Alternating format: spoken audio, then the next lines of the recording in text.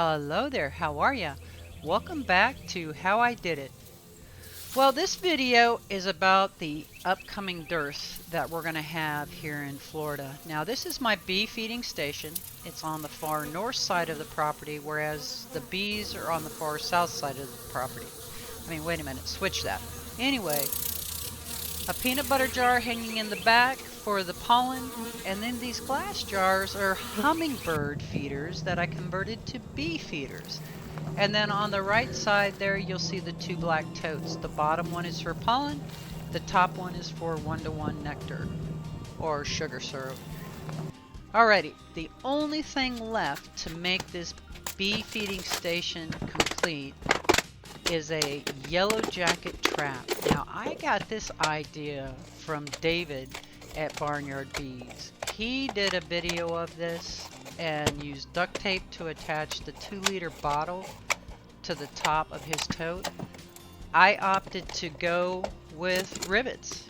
Florida sun, that duct tape would have melted and I would have been out there trying to fuss around with it, and I didn't want to have anything to do with it.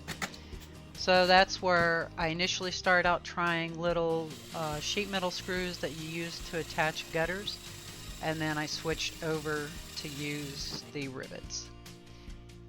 Ended up taking this out and setting it out there empty because we're in a nectar flow right now, and it held up fantastic. Well, at least this first 2 months it has held up fantastic, so I think it's going to be absolutely wonderful. Now, what you will need to put into this trap is 2 to 3 inches of water, a half a cup of sugar, a half a cup of apple cider vinegar, and 3 or 4 pieces of old lunch meat, believe it or not. And if you go to David's video, again, David's Barnyard Bees, and see his video, this trap is great. Absolutely great. So you can go back out and refill things, and you don't have to worry about having yellow jackets bothering you, because those guys are such little dorks. They go down through the 2-liter bottle and they get stuck in the tote.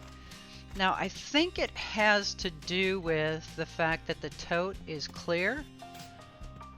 If it were a black tote, they would just go to the light and figure out a way how to get out, I think. I don't know. So we'll see. I'll show a video of how this thing works this summer.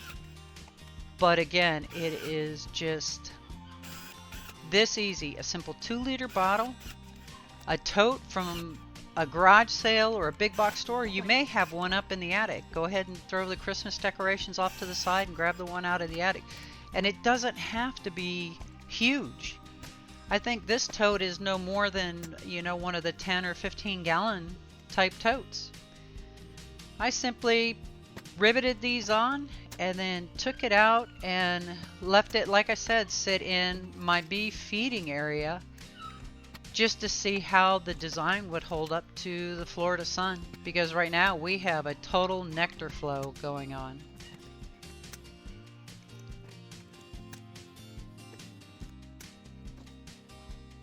And there it is.